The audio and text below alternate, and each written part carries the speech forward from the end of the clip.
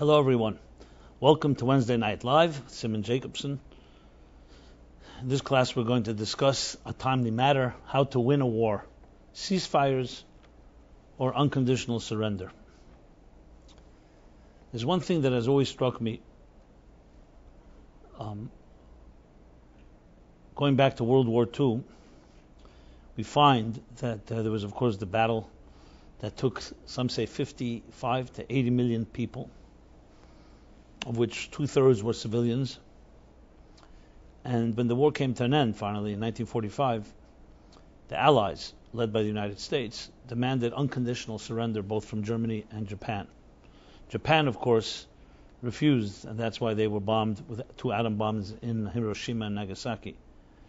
And I always wonder, after you bombed them, completely demoralized, destroyed, won the war, it was clear that they won the war, why the need for that final humiliation of demanding unconditional surrender? It could be conditional. Let them save face. Everyone knows, no matter who it is, saving face and having some pride will allow them to rebuild. Why the demand for unconditional surrender? And the answer we will find not just in the annals of history, in the history of war, and the importance of it, that it's actually the key to peace. We find it in this week's chapter. As we open up this week's Torah chapter and we read, and as the Alter Rebbe says, the Baal HaTanya, Rabbi Shneur Zalman of Liadi, that one should live with the times. What does that mean? Not the New York Times, there was no New York Times. But live with the times, as was explained by his son, means to live with the Torah that is read at that time. As I've discussed many times here, that time itself is energy, and the Torah that we read in that time reveals to us and teaches us what is the energy of that moment. So what do we read this week? It's chapter Re'eh. It will also be the Shabbos that blesses the month of El. So we open up the chapter, and what do we read? Re'eh anochi nesem lefnechem hayom. Behold. Re'eh means to see, behold. I'm giving you today a blessing and a curse. And then he continues to speak about the blessing will come when you will listen to the commands, and to the guidelines, and to the connections, the mitzvahs, which also will come from the connections that God commanded you. And the curse is when you will not listen to these commandments. And then he continues in the next verse he says, what will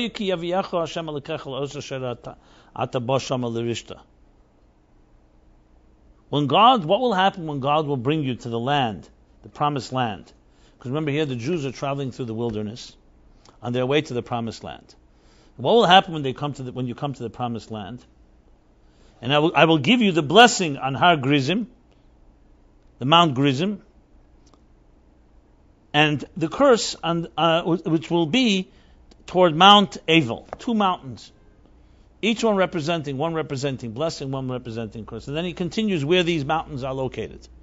They're to be found well beyond the other side of the Jordan, to the west. Remember, the Jewish people were now in the east bank, coming closer to the east bank of the Jordan. Here, Pasha Re'eh, of course, Moses reviewing everything that happened during the last 40 years, and where were they dwelling, where were they residing as all this takes place? The whole book of Devarim, actually, the whole book of Deuteronomy takes place the last 37 days of Moses' life, as they are banking on the east bank of the River Jordan, as the book of Devarim of Deuteronomy begins. So where are these mountains that he's referring to, the blessing and curse mountains? This is beyond the other side of the Jordan to the west, meaning in the promised land, crossing the River Jordan, where the sun sets. Because the sun sets in the west, rises in the east, in the land of the Canaanites who dwell in the plain, far from Gilgal, near Shechem, the plains of Moreh. So the mountains are approximately near Shechem, which is essentially central Israel, a little south of Jerusalem. When you cross the Jordan, the verse continues, and take possession of the land which God is giving you, you will take possession of it and settle in it. So be careful about observing all the commands and all the mitzvahs that I'm presenting before you today. And then he continues to talk about the mitzvahs the entire chapter has many, many mitzvahs. It begins with a mitzvah of connected to the actual land, how to sanctify their land, and then he continues with the uniqueness of the city of Shiloh and Jerusalem. And then the rest of the mitzvahs, there are many, many mitzvahs. I believe one with over 30 or 40 mitzvahs just in this chapter. It's one of the chapters with the most mitzvahs. It talks about the holidays as well. What is the significance of this opening of the chapter? So if you read it plainly, what you have is the following. God is saying, Moses is repeating that, behold, that there are two paths in life. The path of blessing, the path of curse, which is dependent on your behavior. As we shall soon discuss, cause and effect. Your actions, every action creates a reaction. So your actions, for good, or God forbid for bad, creates an action or reaction called a blessing or a curse. Why is it so significant right here? Because you're about to enter the promised land. And therefore you need to know that to be blessed in this land there will be two mountains. One represents blessing, one the opposite. So since you're about to enter the land, that's why you need to know make sure that you'll succeed in this land. So how apropos is it? The Jewish people live now in Eretz Yisrael in Israel. They're fighting wars. They've been fighting wars since the beginning of history, but now especially we see it very obviously. Surrounded by enemies, calling for the destruction. And the Torah is telling us how you should look at living in this land. What are the conditions of having a blessing? And what are, God forbid, the conditions of having a curse? And it connects it directly to our actions of how we behave and how we live. So the lessons, so the relevance is very, very clear. But a few questions that are important here. You would think that since you're dealing with enemies, what you need to really have is a strong army, a good military strategy. Here the Torah clearly says to succeed in this land, you need something spiritual. You need to have mitzvahs. You need to do the commands. That brings the blessing. And not doing them, God forbid, brings the curse. Why is he connecting blessing and curse to something which seemingly should be dependent far more on natural behavior of battling a war? How you fight a war? How you conquer a land? That's question number one. Question number two, what does exactly mean bracha and klal? What is the blessing and curse anyway? And more importantly, when you read the verse, it seems strange. Read it closely. So, at a surface level, you read it quickly. But if you read it closely, it says, behold, I give you today, Neisen lefnechem. I endow to you. The word Neisen comes from the word matana, like a gift. Anyone who gives with a good eye. It's an endowment. It's a gift. I give to you today, bracha v'klala, blessing and curse. So to say, I give you today blessing as a gift, that makes sense. What kind of gift is it to give a curse? I give you a curse? You could say, I give you a blessing, and if you misbehave, you bring upon yourself a curse. So all these questions lead us to have a deeper understanding of events happening today as they happened back then. And understanding really the significance of the role of our lives, and especially the role of the Jewish people and the role of Israel, especially in these times of crisis, of conflict and attack. So let's begin with the last question first. When someone says, I want to give you a gift, what's the greatest gift you can give someone? Is the gift of clarity. To tell someone, for example, that you're going to have a life that will have no challenges is not realistic, not practical. But to tell someone that whatever challenge you have, I will give you tools of clarity to know what path to choose. As we all know, we all come to many crossroads in our lives, forks in the road. So Yogi Berra said, when you come to a fork in the road, take it. However, practically speaking, how do you know which road to take? We've had these paths. This can be a path in our personal lives, choosing a soulmate, choosing a job, choosing where to live, making major or minor decisions in our lives. How does one choose? And we also know, it's called trial and error, we learn by mistakes, that often we go the wrong path, and we find out that that's not the path to take. So what is the blessing really of clarity in life? is a double blessing. It's to know what path to take and to know what path not to take. So if someone tells you, don't go down this road, I was there, I was hurt, it's just as much blessing as someone telling you, go down this road. As a matter of fact, in some ways, it's even a greater blessing. Because if you go down a road that's a fine road, you lost nothing. If you go down a road that's a destructive one, you can lose a lot. And it's not just get back to square one. You can lose time, energy, and actually get hurt. And wounds that you can carry the rest of your life, scars. So the blessing of telling someone, don't go down this path, can be even greater than the blessing of telling them, go down this path. And that's what the Torah is saying. Behold, I give you today a gift. And the gift is a dual gift. Here's the blessing, the path of blessing. And here's the path of curse. What is the path of curse? Not that the gift is the curse. The gift is to know that this path is not good for you. In the book of Daniel, where he describes the prophecy of the end of days, there's a tremendous statement at the end there, he says. He says, the day will come, hamaskilim yazhiru, that the wise will be illuminated and they'll understand that yizbaru v'yislabnu hadvarim, that things will become crystal clear. Yizbaru means to clarity, and Yislavnu means like white, like bleached, in the sense Yislavnu, clarity, again white, crystal clear. What is the blessing of clarity? So there's an expression, Ein simcha ka'ataras asfekes. There's no joy like the joy of resolving doubts. Anyone who's ever been in doubt knows what I'm talking about. It gnaws at us, it eats away when you're in big doubt. When you have a dilemma, you don't know how to resolve it. You can lose sleep over it, you can lose months. So finding a resolution, even if it's not the resolution you prefer, but at least you can put it to bed, you can put it to rest and say, this thing I've resolved, one way or the other, creates a certain peace inside of us. Why? Because the opposite of clarity is confusion, is doubts. Amalek is the gematria of the word doubt. Doubt means lack of clarity. So clarity is the antithesis. So Daniel says at the end of days, there are many signs of the end of days, of messianic times. But one of them is total clarity. Clarity means not just clarity to see what is good in life, clarity is also to see what is a curse in life. Because the worst thing is you don't know. Let's say someone gives you a gift, and you don't know if this is a blessing or a curse. You taste it, you eat it, you do whatever it has to, and then you find out this thing is the most destructive thing. But it looked so good.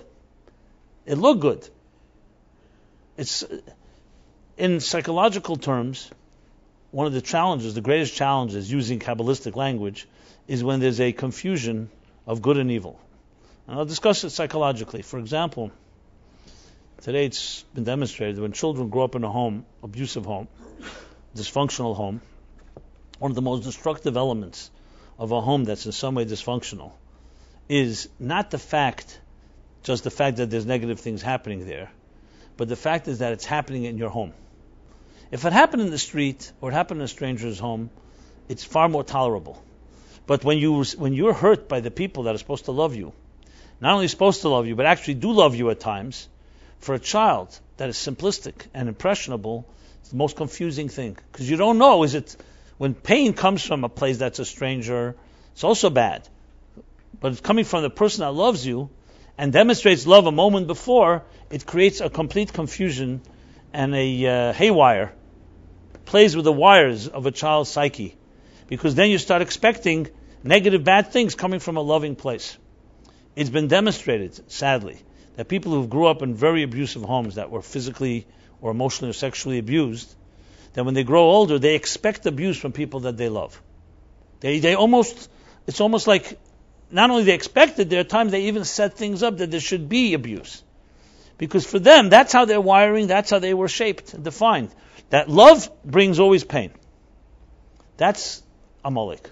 That's confusion in the worst possible way. And celebration is when you're able to say, you know what, this is love and this is pain. One of the things in therapy is to help a child grow, an adult now, to begin to discover, no, this is right and this is wrong. And when the good person does something bad to you, that doesn't make the good person necessarily bad, it doesn't make the bad coming from good. You have to know how to distinguish between the two. That type of clarity in creating real boundaries and real definitions and parameters is a critical component in true healing. And all of us, in some subtle form, when we have confusion, that's when things are the worst. Because you don't know, is this person my friend? Or they're not my friend. So getting that clarity is itself a great blessing. And that's how he opens up here, that there's a blessing. The blessing is the blessing of knowing what path to go on, and the blessing of knowing what path not to go on. Why is this so relevant here? Because the understanding of blessing and curse is really, those words are actually a misuse, a distorted definition of the bracha and klala. The word bracha in Hebrew means to transmit. It's a transmission. Bracha means hamshacha, a transmission, conveying something, a flow. And klala is the blockage of a flow. So when you think of it that way, it's a very different word. Blessing and curse sounds very much, here I'm being blessed or I'm being cursed. It's the same idea in Hebrew. The word schar and einish does not mean reward and punishment. Which is not as an aside, but I think it's important to point out that, and this is something I often focus on, the stereotypes that are connected with religion and the Bible are based usually on distorted and mistranslated words. Like example, the word mitzvah. Everyone translates mitzvah as commandment. Now, who in the world wants to be commanded? It's not very appealing to be commanded. People want to have freedom, want to do what they want. But the real meaning of mitzvah comes from the root safsa, which means connection. Everybody wants to be connected. So imagine you grew up and understood mitzvahs as connections. We all connections. Connections networking, connections mobile phones, other forms of connections that we'd love to have.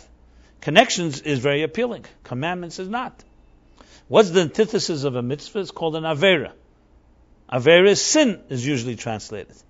So we have this juvenile and simplistic translation of commandments and sins, blessings and curses.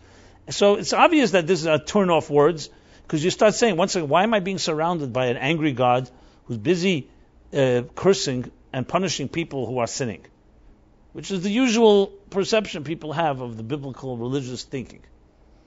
But if you understand it as connection, what's the antithesis? Avera. The word avera in Hebrew comes from the word havara, which means displacement. It means displacement from one place to another when you're displaced. So if a mitzvah is an alignment, avera is a misalignment.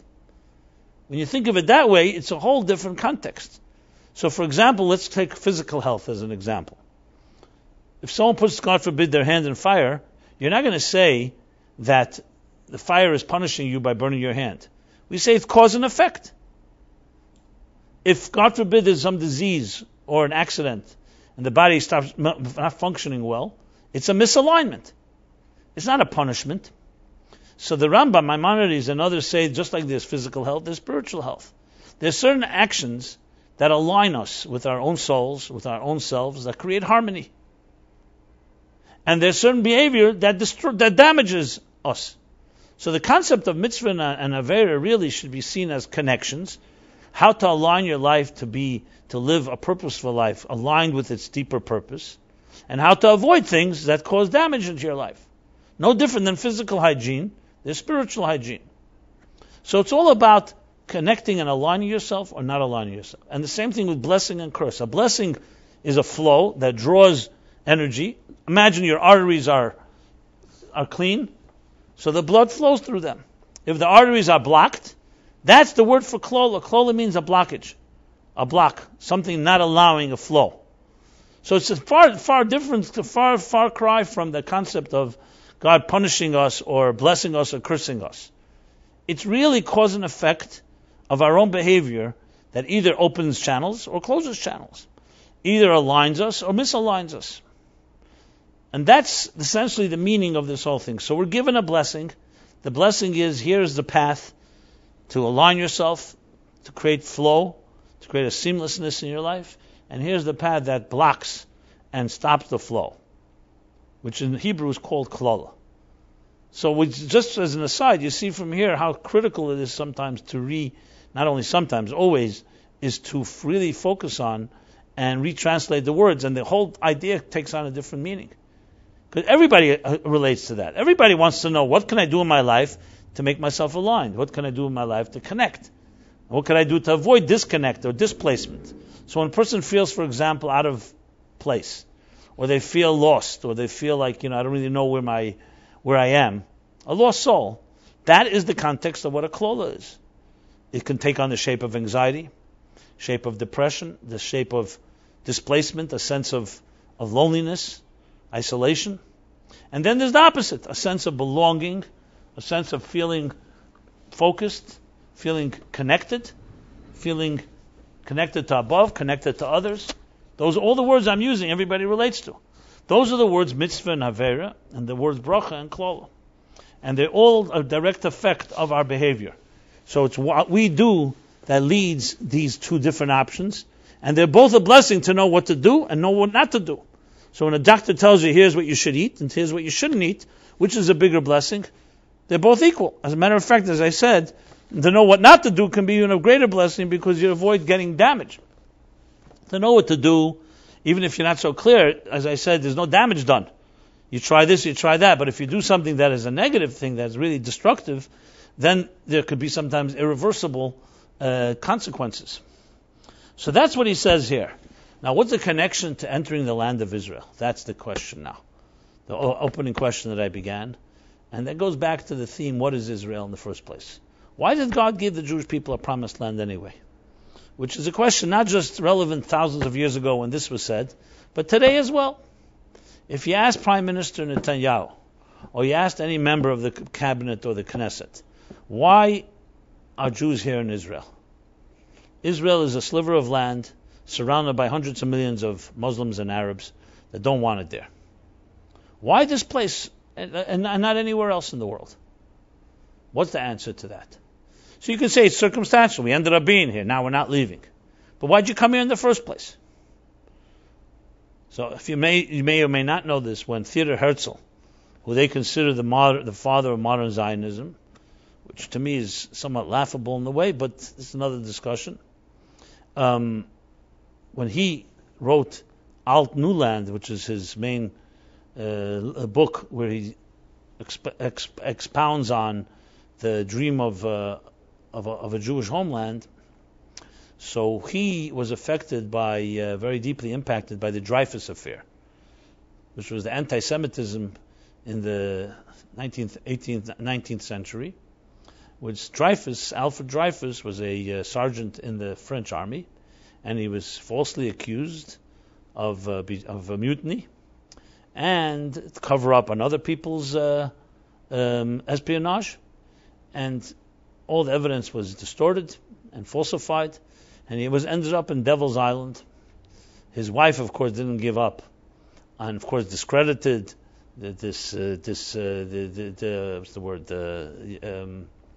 dishonored, etc. And his wife didn't give up the fight. She finally convinced Emile Zola, who was then the editor of the main French newspaper, that the evidence was all falsified. And then Zola finally agreed and came out with a big headline in French, J'accuse, where I accused the French government of a conspiracy against this Jew. And he was able to, with the power of the media, able to reverse the verdict, and Dreyfus was returned, obviously, with all the wounds that he had and scars. And this was a major watershed moment in European Jewish history and history in general.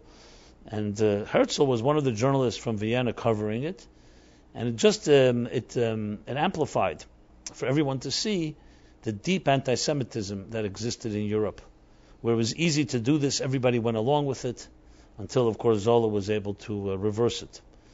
It's interesting now. We see similar anti-Semitism, maybe taking on different shapes and forms, coming from the same part of the world. So there's a lot of parallels that can help us understand events today. So Herzl, though he was a very assimilated and secular Jew, who really had not, I don't think he had knowledge even of Aleph Beis, of the ABC of Judaism, he felt, and he was actually the first one that used the word, the final solution, a solution for what to do with the Jewish problem. And first he suggested, I say this not to humiliate or insult anyone, but I have to say it for the record, he first suggested mass baptism for all Jews. That if we baptize all the Jews and they become Protestants, we'll solve our problems. We no longer will have Jews standing out. Anti-Semitism will be gone because the Semites will be gone. Yes, this coming from a Jew, He thought this was a practical solution. And he even writes that obviously the older Jews won't go for it, so they'll die out, but we do it for the next generation. That's the legacy of Judaism. It didn't take long for him to recognize that this was not going to fly. And even the most assimilated Jews weren't exactly going for this. So then he came up with the idea of a homeland. And first his idea was Uganda. Uganda. Why Uganda? I'm not really sure. I think it was because it was like a land that nobody wanted anyway. It doesn't have any beaches. It's in the middle somewhere, smack in the middle of Africa. Israel would finally revisit Uganda, of course, in 1976, the Entebbe raid. But that's what Herzl suggested.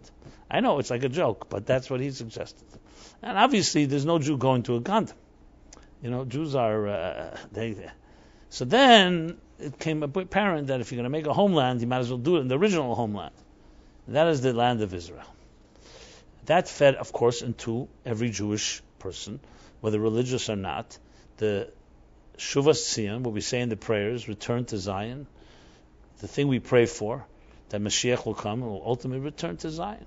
And despite the debates that raged in the 19th century between the religious and the non-religious, etc., there was more or less a consensus. There were, of course, exceptions that still don't accept the state of Israel, but most of the Jews could agree on a homeland. What that meant it was open to debate. So everybody agreed that a homeland, and of course after the Holocaust, after World War II, it became apparent. And when the UN voted in 1948 for the partition, and Israel became a state, which was very much due to compassion and essentially almost like payback after the Holocaust, it became a state. But let's be honest, Israel is the Jewish state and Jewish homeland, not because the UN voted it in 1948.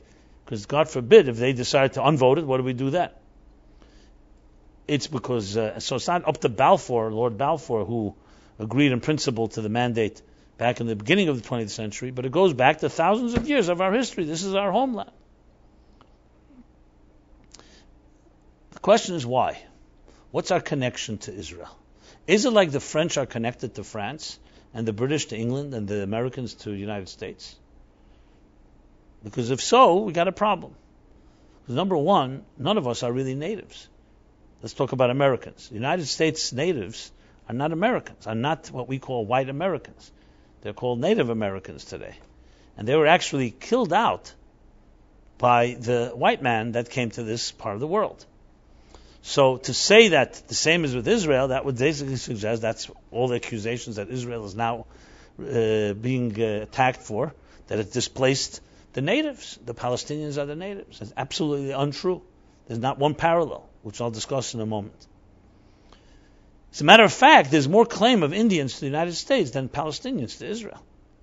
But there's no Indians to demand it, or not enough. And those that are remain, they basically buy them off by giving them casinos and cigarettes or whatever it is. So money is essentially corrupting them, which is another travesty. So look who's preaching to whom? Ethics. And you go anywhere, Australia is the same story. The Aborigines, the people original there, were either massacred or turned into third world nations. And the same is everywhere.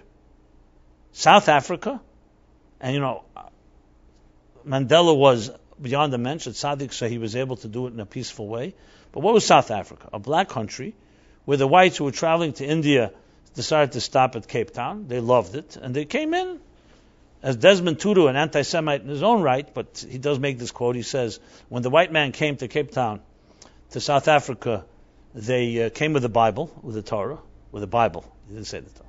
They came with the Bible, and they taught us how to pray. When we closed the eye, so they came with the Bible and taught us how to pray. When we opened our eyes, we had the Bible and they had the land. So when they came, they had the Bible and we had the land. When we opened our eyes, now we had the Bible, they had the land. It's exactly what happened. The natives were overcome. So that straightened itself out. It's in the middle of straightening itself out, and so on. So frankly, most of the world is actually displaced natives. The only place it didn't happen was Israel. So I find the whole thing such a twisted irony. And the French. I don't know the French history, but it's probably most likely that the natives in any particular country were probably displaced by somebody somewhere. The only place it doesn't exist is Jews in Israel. Everybody accepts the Bible, the Christians, the Muslims, including the ISIS, including Hamas. They all read the Bible. They all talk about Abraham. And what does the Bible say? The promised land to the chosen people, to the Jews. It's documented. It makes no difference how many Jews lived there over the thousands of years. It goes back thousands of years. Abraham bought plots in Israel. Our great men are buried there long before Christianity and Islam were even born, were even created. Long before anybody. So that's just in general. I just want to make that statement outright, that it's such a chutzpah. No one even mentions this. And it's as if Israel is displacing. Every other country has displaced its natives. If not every country, many countries. So the only thing you can accuse Israel of is they should have killed out all the Indians that lived there, so there'd be no Palestinians to talk about. I'm not recommending that.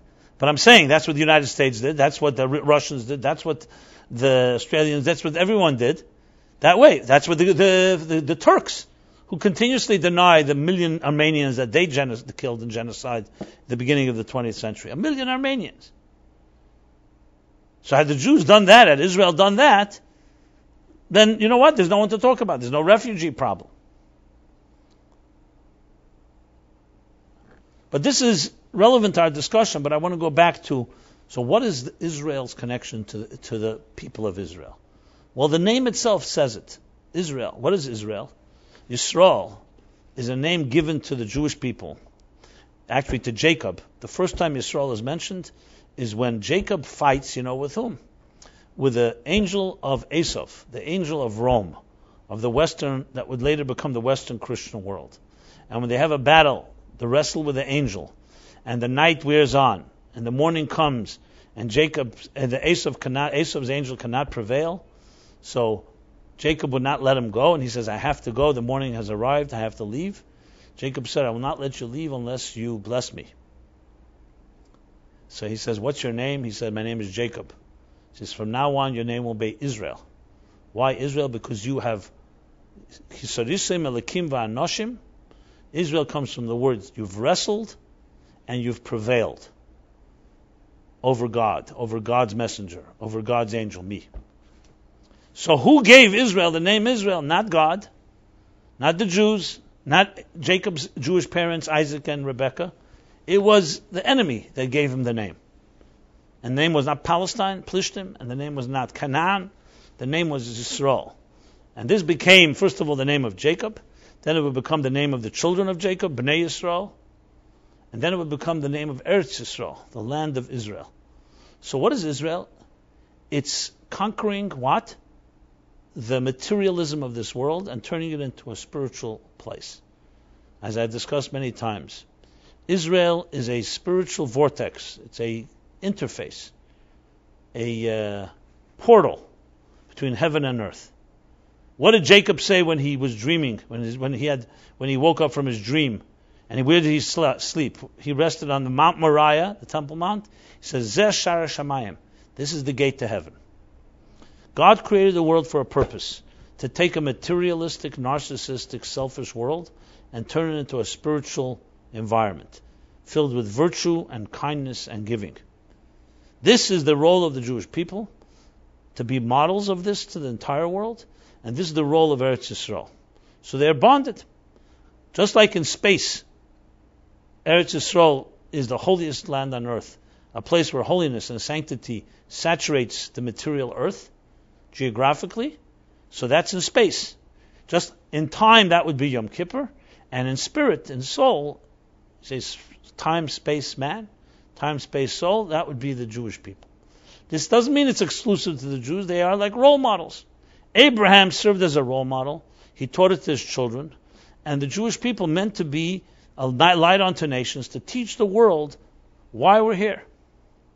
That's why this Torah begins and says, that's why it connects it. You're about to enter the promised land. I need to tell you what is the path of blessing, what is the path of curse. What is the path to you to take that will align you, that will connect you, and will create a flow, a seamless flow? And what is the path that will disconnect, God forbid, and misalign and block? Because your connection to the land is directly connected to your purpose in this world. The reason we are in the Eretz Yisrael is not because we just chose a land out of many lands. It's a land that God gave the Jewish people from the beginning of time. Rashi quotes right in the beginning, the first commentary, Rashi and Chumash. How prescient is this? Prophetic. Where Rashi says, why does the Torah begin with Bereshit, the beginning God created heaven and earth? It should have began with the first mitzvah, which is blessing the moon. Because the Torah is a book of mitzvahs, of connections. And he answers, because there'll be a time where the non-Jewish world is going to say, Listim atem, you're thieves. You stole our land from us. Tell me, this is written 1,000 years ago. It's not the words that we hear. You stole the land from us. And therefore God says, I want to begin the Torah preempting this argument that you stole the land, saying, what? Koyach maisev higid la'ameh. God has revealed to his people his power, the creation. I created heaven and earth. Loses lehem nachla is going to give them I gave them this property as a inheritance, this Israel. I gave the rest of earth to the other nations, and I gave one piece of earth to my people. And this is the response. Should they come and tell you, you stole it, tell them, I created heaven and earth, and I gave this piece of land to you. Why? Because it becomes the model. Mitzion Seitz Torah from Zion, Torah emerges, and the word of God from Jerusalem, in order to bring light and spirituality to the entire universe. So long before the Christians were born, and long before Islam was born, long before all these modern events, thousands of years ago, Abraham walked the plains of Israel, and then Isaac did the same, and Jacob the same, and finally the Jewish people, after a 40-year-long journey, are about to enter the promised land for this purpose. So the Torah begins and says, Re'eh, behold, I show you today, Re'eh, you can see with your eyes, this is the path that will preserve your relationship and your purpose in life as crystallized by Israel, and this is the path that will unfortunately do the opposite. So the message to ourselves today is very, very clear. Our connection to land is directly connected to our spiritual connection. Obviously, we may need a military when you have enemies, but don't ever think it's the military might or our sheer firepower that gives us dominance. It's because our spiritual connection to the land. And you don't hear that coming out from Israel. I was just watching a chilling video of ISIS, how they emerged in Syria and then in Iraq.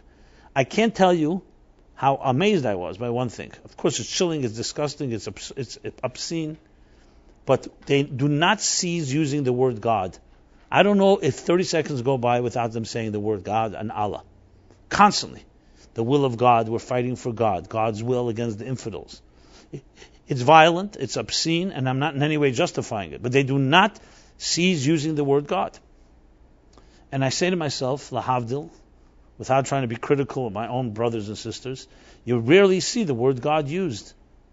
And I'm not trying to make it into a religion that we have to be, for them it's a religious war. I'm not suggesting we have to we have to invoke religion.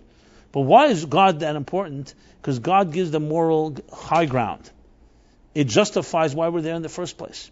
If you don't use it, then it's a very strong argument. You know what? What are you doing here? Why are there 6 million Jews in Israel?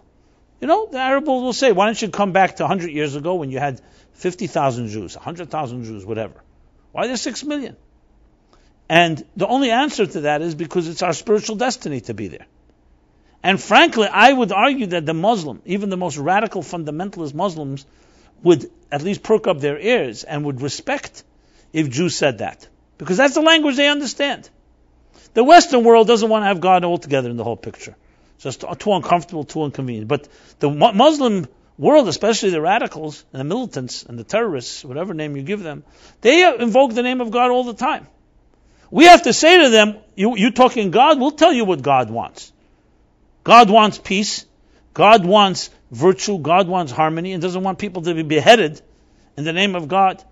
You want to learn from Abraham, our grandfather, who's the grandfather both of the Ishmaelites, the Muslims, and of the Christians, and of the Jews. First of the Jews in chronological order. Abraham prayed for infidels. So we have to be the ones that are actually the ones that take the lead in preaching what God wants. And I don't say this from a religious point of view. I say it from a historical point of view. Without that, you're really missing, it's like the elephant in the room. The essence of the relationship of Israel and Jews is a spiritual one. It's not a geographical one. It's not like the French in France and not like the Americans in the United States. It's a much far more integral one and far more connected, as he says here, with the path of blessing. And it's all about clarity. Talk about clarity. Look what's going on. My heart goes out to the family of Robert Foley, was his name? The journalist that was just beheaded yesterday. They kidnapped him several years ago. So obviously it's disgusting, but you know something? One thing you see here is clarity. You want to know, call a spade a spade? Here it is. They're not dressing it up in diplomacy. They're simply saying, you bomb us, we'll behead you. And now they're threatening to do it the second time. And even Obama and others have to start yelling and screaming, what is this?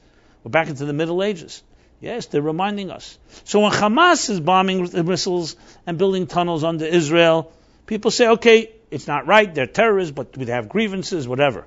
When it's suddenly being done in Iraq and it's being done against Christians and against Americans, but they have the same charter. An Islamic state, a caliphate, that will control the world. Like they said, we'll have an Islamic flag waving over the White House. How much do we need to be woken up? September 11th, 13 years ago, came and went. Now we live in a world where it's very clear that nothing has changed. What's changed in September 11th? The sermons in the mosques have changed. The education of children have changed. The hate has changed. Show me one thing that has changed fundamentally in the Muslim world. If anything, the rage is even worse. So yes, what changed was that we were able to attack them. Firepower. But there's no discussion, nothing on moral grounds, on spiritual grounds, on religious grounds. So you have here the opening of a chapter in the Torah, and you tell me if this is not relevant. It starts with here's the blessing and the curse. This is the path to go on, this is the path not to go on. Clarity. Re'eh. The most clear thing is Baruch v'Yislam Nadvarim, to see clearly. You see clearly today. And if the Hamas didn't remind us, the ISIS remind us. Al-Qaeda, Hezbollah, all look at their charters. All very, very similar charters. And they're called terrorist organizations. And look what they're doing, beheading and doing things that everybody is repulsed by. But let's be honest, we all want to go back to our reverie, to our sleep, and not really focus on these because it's too revolting. It's too complicated. But it's been thrown into our lap. I don't want to even mention it, but God forbid, do we need an attack on this mainland again? And suddenly we'll realize that there's a real confrontation here. Because these people, they're not just throwing threats; they mean it. So God forbid nothing should happen to any innocent people. But the battles have been brought here 13 years ago with September 11th, and just continuing to rage. And it just takes time. It's not like, remember, it's always brewing. Just because the fires don't always erupt, doesn't mean it's not brewing. And now it's erupted. And I wrote last week an article about this. I see it as almost a miracle for God's hand. That you have ISIS in Iraq doing exactly what Hamas is doing. But here America has to respond. I mean, what would happen if Hamas shot a rocket at the American embassy in Israel and killed a few diplomats, God forbid? It's the same thing. You're talking about people who believe that the Western world are infidels, that the Jews and the Crusaders, as they call the Zionists and the Crusaders, are in a conspiracy against the chosen Islamic people, and their role is to bring God to the world. What's your answer to that? As I mentioned many times, a passionate Meshuggah, a passionate zealot, is no match for the greatest army of rational people. Because when you're rational and you're balanced and you're dispassionate, mediocre, apathetic, so you may have a big army, but you cannot beat someone that has real passion, is ready to die for something. Vietnam is a case in point. I'm old enough to remember Vietnam. Everybody knows what was Vietnam. Some third world country that the United States in the late 50s decided, due to the domino effect, that communism is beginning to spread in Southeast Asia. So we have to do something to stop it. You think back, it sounds a little ridiculous almost, but America intervenes. And they thought America and Vietnam, how could you compare Vietnam, rice paddies, and they're fighting with not carrots, whatever, bamboo shoots. They're going to match the American army. And what happened? Got stuck in there. Year after year, a swell of anti-war sentiment began to take over the United States. It changed the whole country. Johnson couldn't even run for president again, though he was popular for his civil rights and so on, for a social agenda, because it became so unpopular. And America had to leave Vietnam, never winning that war. How could a great army like the United States have not beaten Vietnam? The answer is very simple. Had you gone to Vietnam and asked any American soldier, why are you here? They have no clue. They ordered me to be here. Why are you fighting? I have no idea. What constitutes victory? I don't know. I'm just taking orders. From whom? From people who also didn't know what constitutes victory.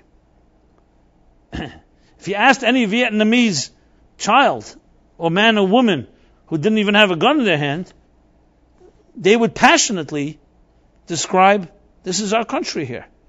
This is our land. This is our place. What are you doing here? And they fought in their guerrilla way, and the United States cannot beat them. With all the bombings and so on and so forth. To nuke them was not an option, obviously. They tell the story that, you have the different films and the books in Vietnam.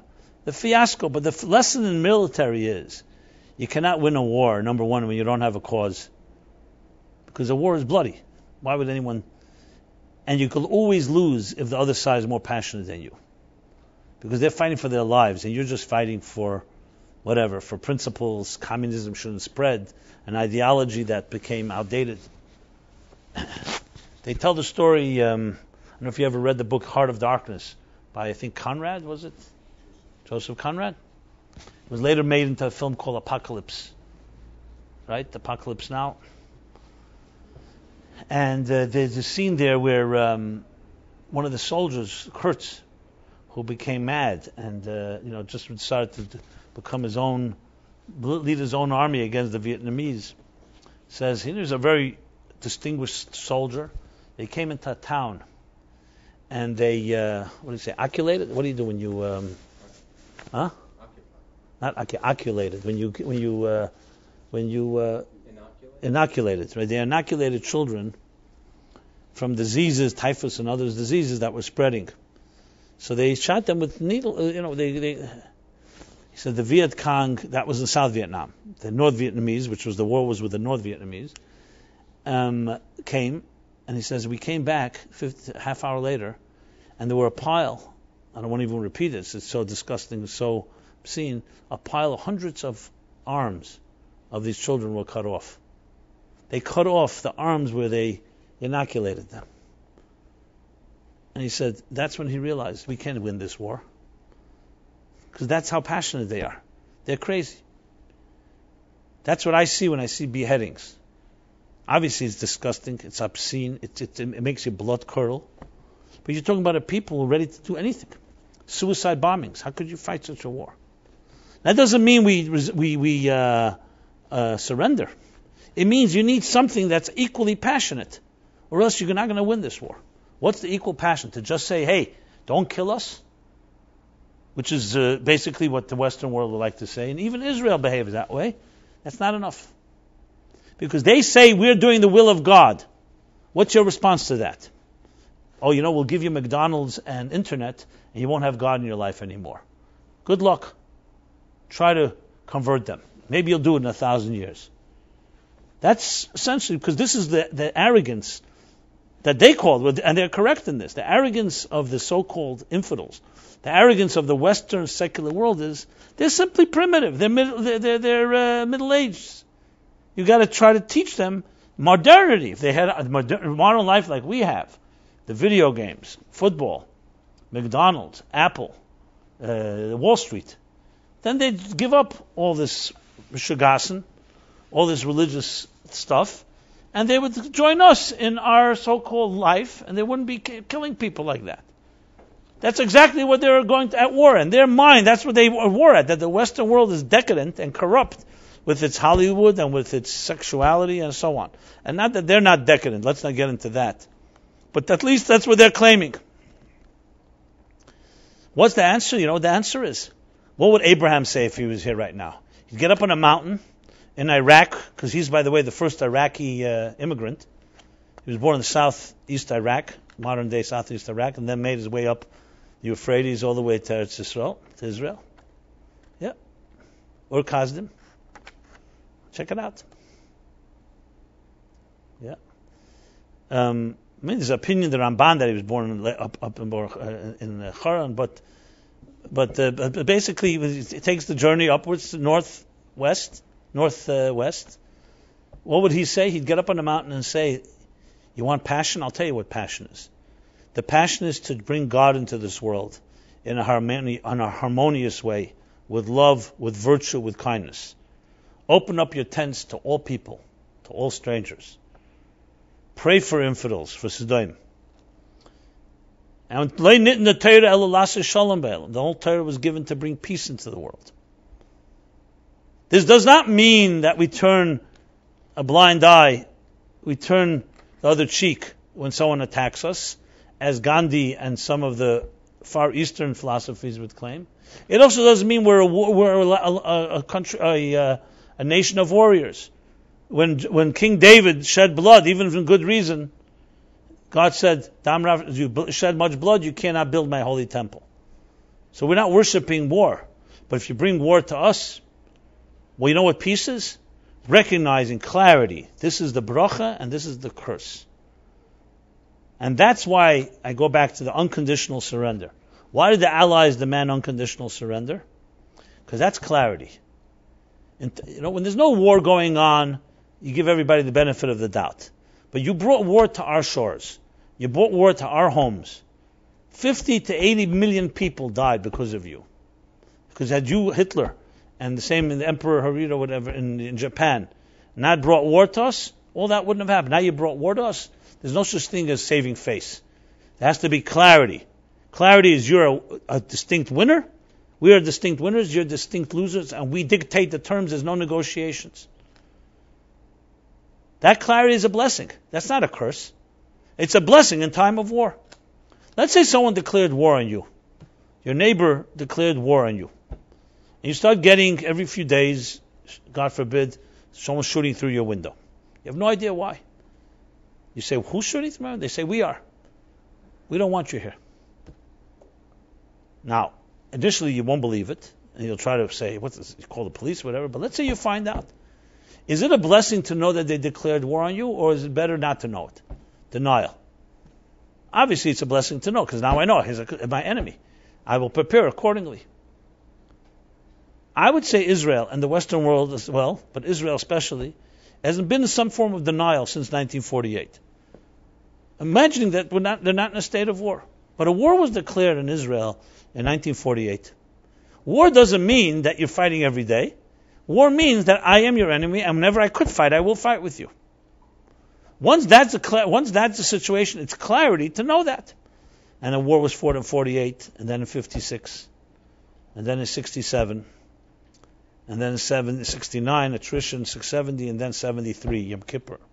And then the Lebanese war, and then the Intifada, and now from Hamas and Gaza and Hezbollah, Lebanon, a little while back. How many reminders do you need? Their charter calls for the destruction of Israel. That's a declaration of war. So you have to wait for tunnels to be built and missiles to be shot to know it's war? But if you live in denial and you want to say, "You know what, I want to be comfortable," then what you're basically doing is bringing a curse upon yourself. Peace is achieved not by not shooting, by clarity. If you know your enemy is declaring war on you, then peace is knowing that now you have to fight. If your enemy ceases to be an enemy, then clarity is, then we have peace. So the Torah, what does the Torah say when it comes to that? The Torah says the following. You do everything to avoid battle and war. Jacob prepared a prayer. He prayed not to fight with Esav. He prepared Doron a gift, a bribe, to appease Esav. And then he prepared for war. Last option, last resort. Thank God in that case, the prayer and the appeasement and the bribe and the gift were enough. He prepared for everything. So from a Torah point of view, your war is abhorrent. The shedding of blood of any individual, Jew or non-Jew, is a tragedy. Everyone created in the divine image. However, if someone brings war to you against your will, the Torah's view is not the Gandhi approach. We turn the other cheek and we will never fight violence with violence. No, absolutely not. We won't engage with you on your terms, but we will do whatever it takes, because now peace is, real true shalom is emes. We're talking about truth. We're not looking here comfort, the comfort zone. Comfort zone, go bury yourself in a comfort zone. If all 6 million Jews, God forbid, decide, you know what, let's all leave Israel, and that's it, we give in. Then you have no war. That's not called no war. That's called surrender. That's called losing. Israel, blessed by God, was given victory after victory, despite all odds, especially in the 6-day war. And they allowed the enemy to think that they were a winner when they were losers. And they gave that power to them. That's what we're dealing with here. So the Torah is very, very clear here.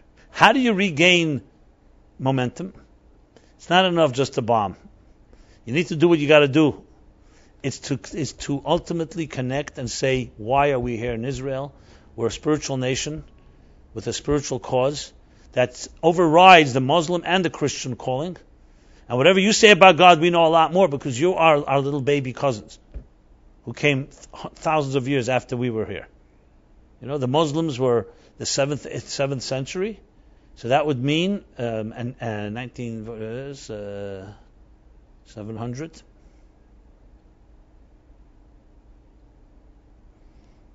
You're talking about 2,000 years before that is Abraham. So we precede them all. You want to talk about God? We'll talk about God. And if leaders in Israel would not be ashamed and they would speak that way, they'd gain the respect of the entire world. Christians and Muslims for sure, but even the secular. Because they'd be stating, what's going on here? You're telling me you're fighting because God, Allah, wants you to a caliphate to control this Muslim, control the Middle East? Let's open up a Chumash. What does it say in this week's chapter? We are the ones, the chosen people that were given the mandate to follow the path, the connections and the disconnections that bring blessing and curse. So it's all in our hands. We can blame the anti-Semites in Europe, in the United States. You can blame Barack Obama, whatever. But at the end of the day, I firmly believe that Jews control their own destiny, especially today. If we just would rise to the occasion of stating what our role is. And it does not have to be called, I'm not suddenly becoming a Haredi Jew. We're not talking about a Jewish Taliban, like that they are. We're not talking about becoming fanatics or radicals. We're talking about simply stating the basic principles in peace and in harmony and in love, what Abraham taught, what the Bible teaches. And this Torah, whose entire mandate is what? The whole Torah was brought to bring peace to the world. Peace means clarity. Peace doesn't mean that the enemy is shooting at you and saying it's not happening. I want peace.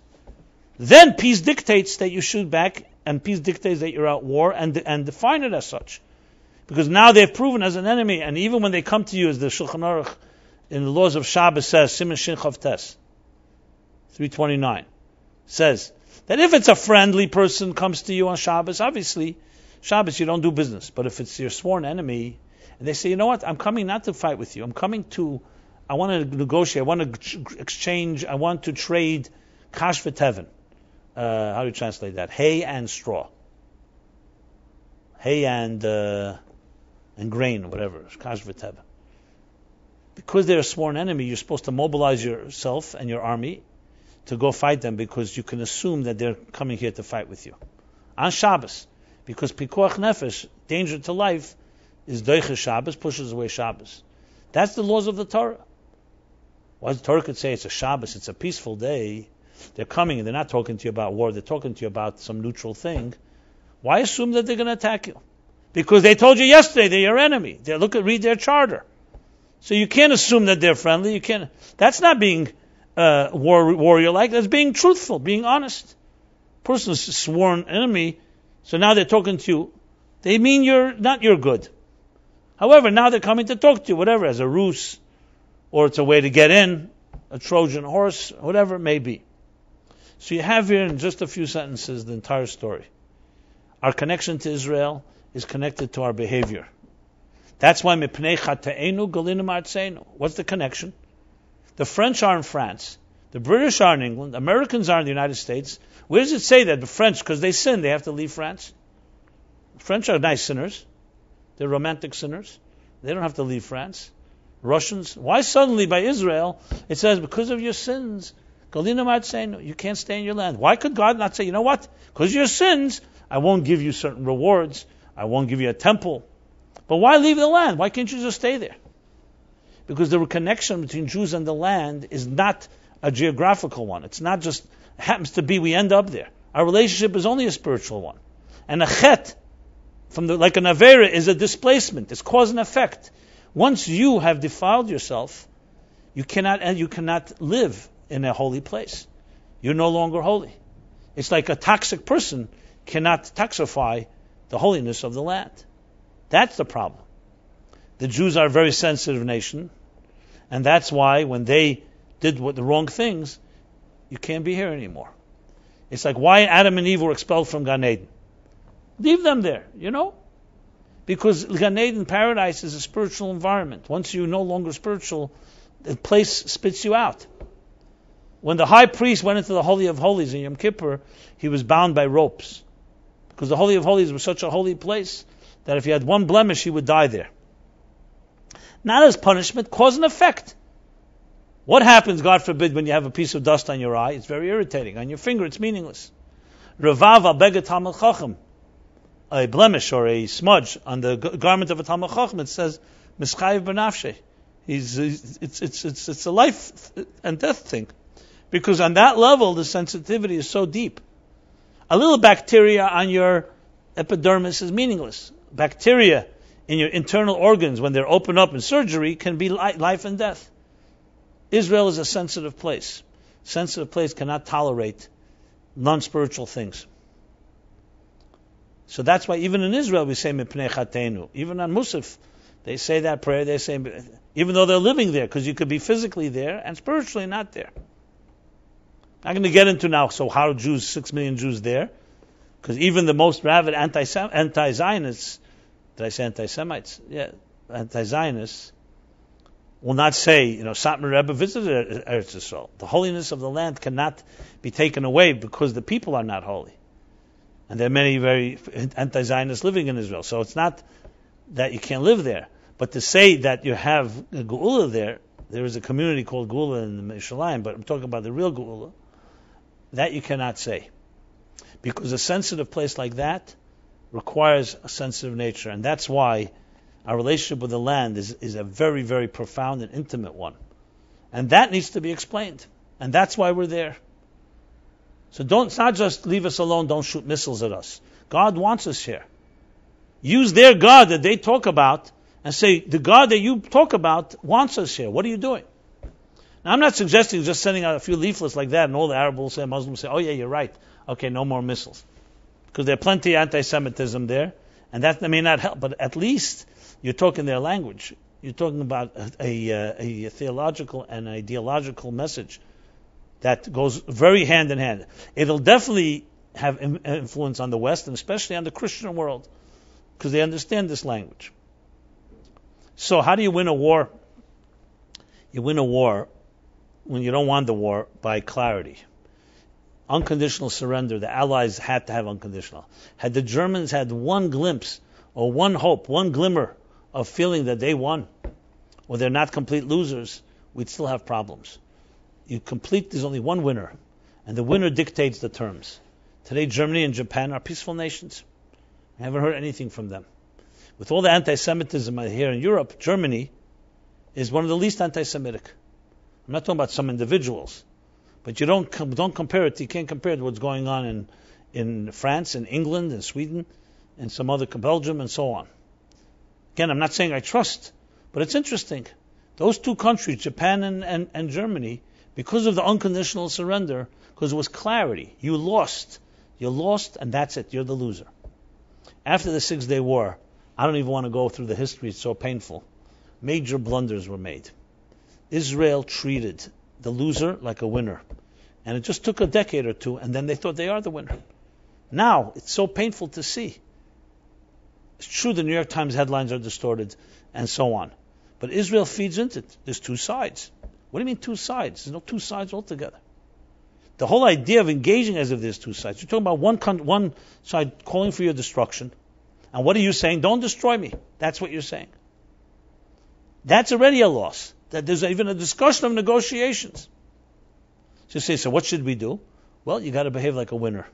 There's a winner and there's a loser. And if you give the loser any glimmer of hope, they think that they're a winner, they'll declare victory and they'll behave that way. And they will have the chutzpah to continue to do what they do. But above all, I go back to the second, that's the re'ei anoichem neson l'fneichem, clarity. This is the clarity. And it's not enough that God performed miracles, that over 4,000 rockets, more, not more by now, entered Israel, and look at how many casualties. And where most of them land. It's not just Iron Dome. Most of them don't even land in any place where people live. If that's not enough. After Hamas did what they did, God sent ISIS suddenly out of the blue.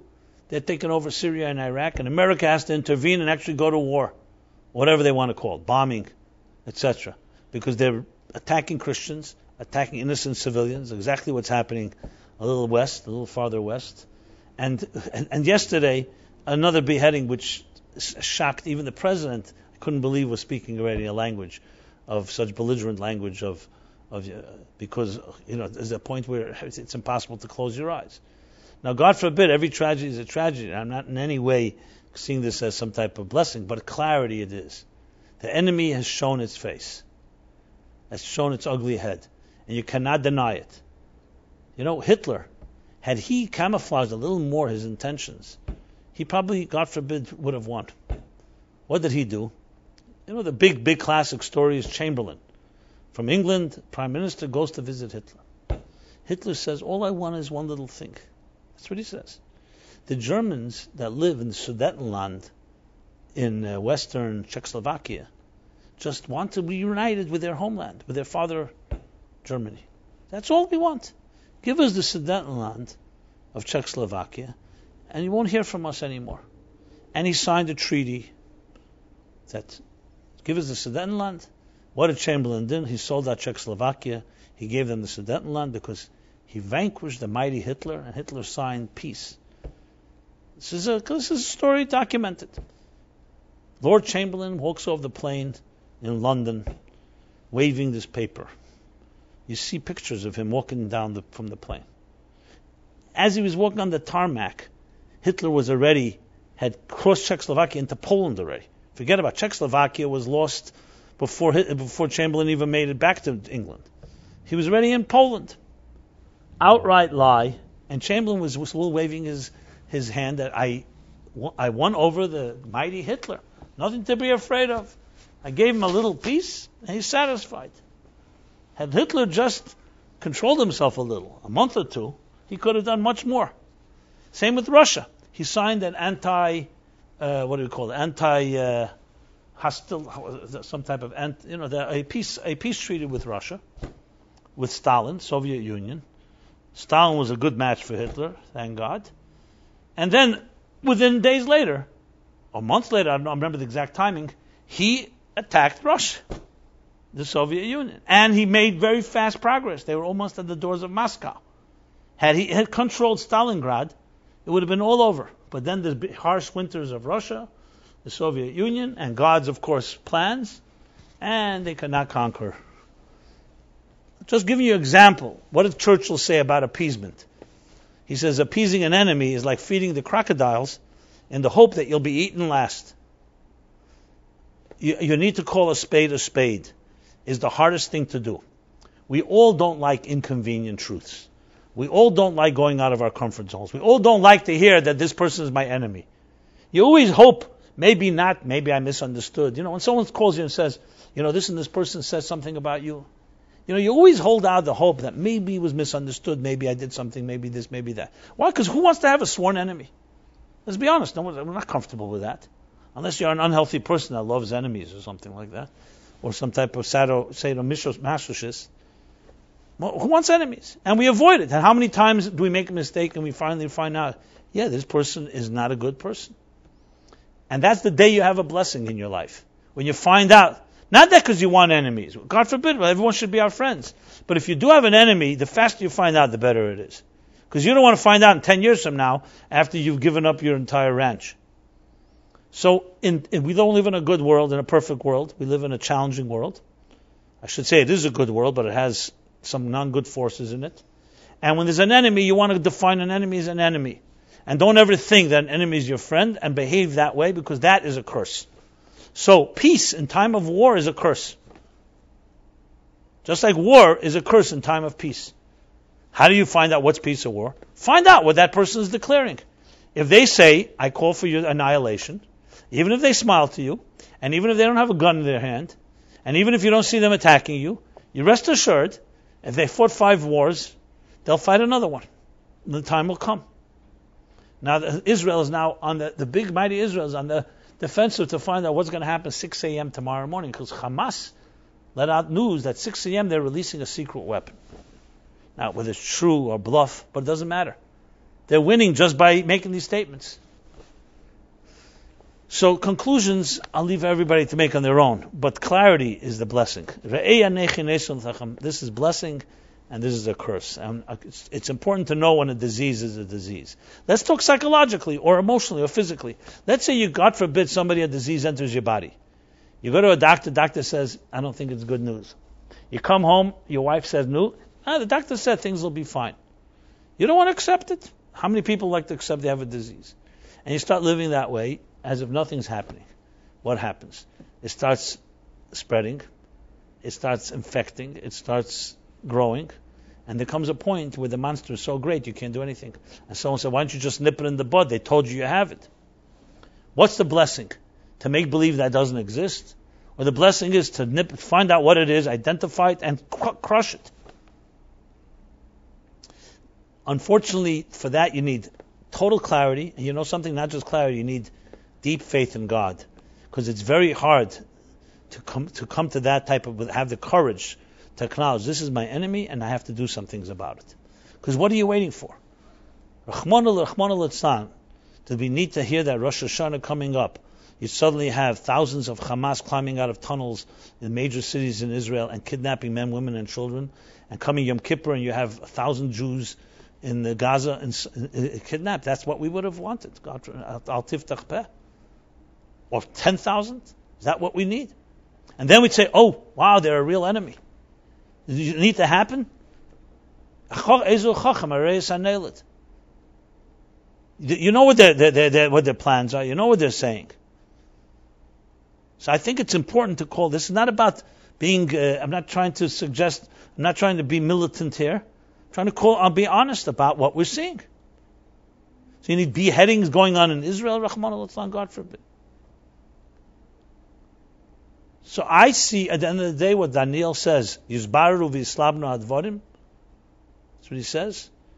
The end of days. That's what we're having right now. Clarity.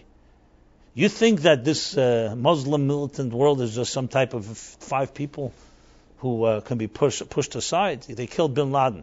What did it achieve? No, we have a real force to contend with. And it's not a force that's just going to be destroyed with. You cannot destroy passion and beliefs with weapons. If anyone knows that, Jews know that. Because no one could destroy us.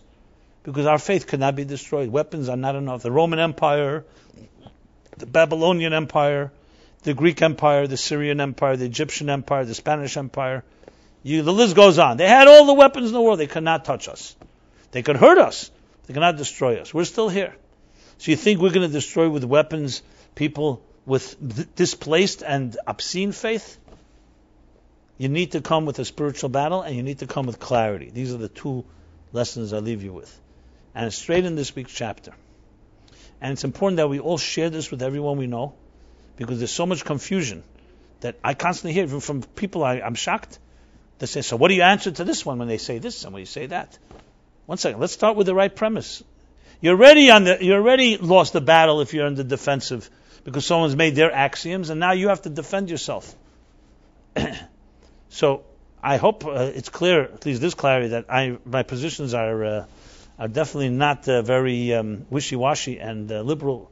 I read the New York Times headline today: ceasefire in Middle East ends after the shooting of both sides attacking each other. Is that the accurate headline for a honest newspaper?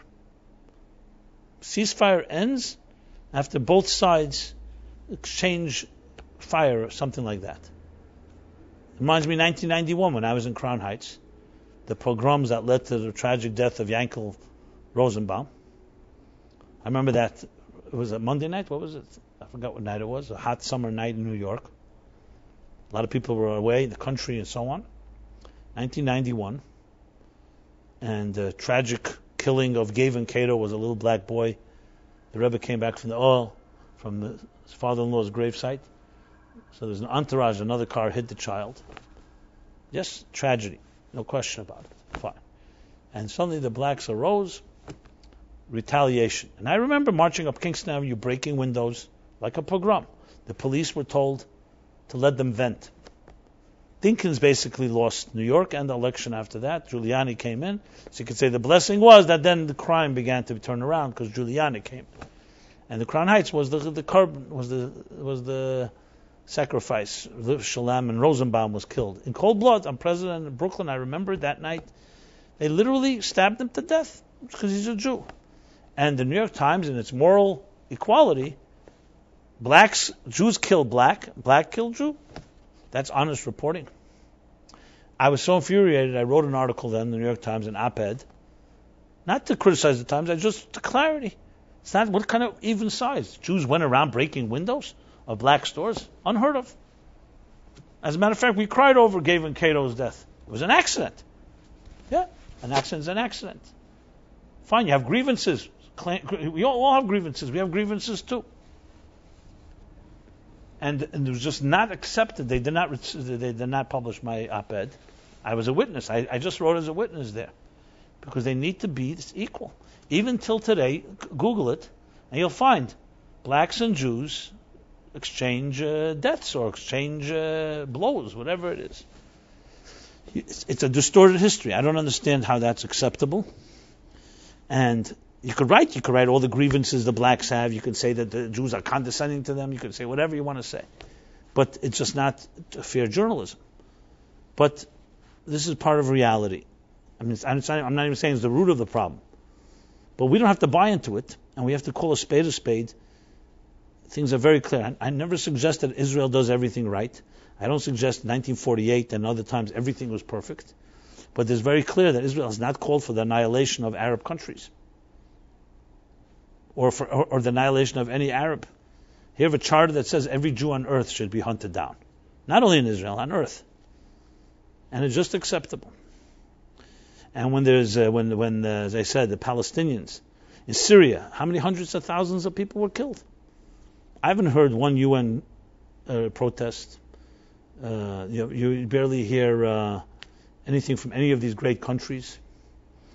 But I'm saying this is already obvious. I just want to go back to the two things, the clarity and the connection to God. That is a critical component because that's what gives you the power. If you say, Hayesh Hashem Elokeinu, Hayesh Hashem b'kirbenu im oyin, you start wondering whether God is in our presence, it weakens your psychological confidence in your connection to this land called Israel. And that's essentially what the Torah tells us here and in many other chapters. I was just reading humorously Abba Ibn. He was a UN representative. So he said that if there was a resolution before the UN that said the earth is flat and Israel flattened it, there'd be 162 votes for, 13 votes against, and 26 abstentions. That's the absurd world we live in.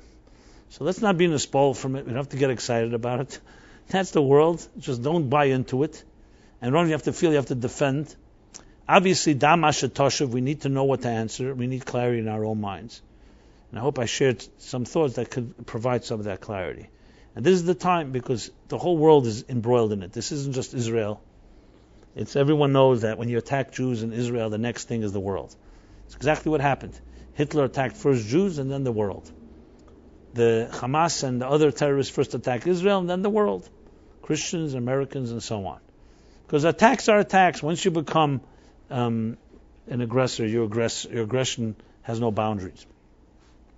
So God should help that. Number one, we should do what we have to do to bring true peace in the world. And true peace sometimes requires unconditional surrender and dictating terms, as bitter as that pill may be. And the second thing, the clarity, to understand the clarity of what's right and what's wrong and who's a winner, who's a loser. And the second thing is God, connection, to know that is the mitzvahs that you do that connect you to this land. And God forbid, without them, you have the blessing and the flow. And if you have a disconnection, it disconnects you.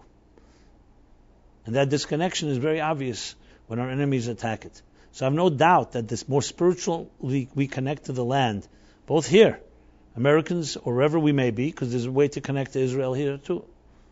Through the mitzvahs we do, we daven toward Israel, we pray for Israel, etc. We study for Israel. That's where our central focus. All prayers rise to heaven through Israel. So we have ways to spiritually reinforce, and there's no question that gives physical strength to Eretz Yisrael against its enemies, plus to the IDF and to the soldiers that have to fight their side of the battle. Because at the end of the day, Israel and Jews are bound not just because of our military power and might, and our political power and diplomatic power, it's because of our spiritual power. And Jews always knew spiritual power brings physical power. And that's a critical component as well in this whole battle. So as I said, Hashem should bless Israel for sure and everywhere in the world with peace. But sometimes you have to do something for that peace. It doesn't always come automatically. You should have the least amount of aggravation. And each of us should do our little part in building Eretz Yisrael within our own souls and our own lives. And that should spill over and ripple effect through all of the entire world. Thank you very much.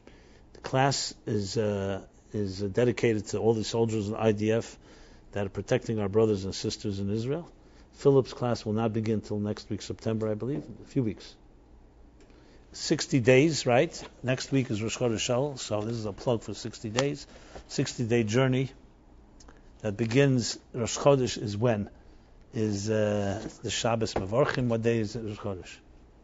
Tuesday? Huh? Monday? Well, it's one day next week, that's for sure. And I can't tell you the Moiled. On Shabbos you'll find out when the Moiled is. You probably know when the Moiled is, right? You don't really? Oh, okay. You don't prepare. Please be in touch with us in any way. I wrote an article that actually Glenn Beck sent out to his 3.5 million followers on Facebook last week about this whole battle. And not that Glenn Beck I need his endorsement, but it's nice to hear that the word is getting around. And until next week, next Wednesday, everyone should have a very blessed week, a Shalom Dika week, and keep focused on where we have to be. Don't go into denial. Be well.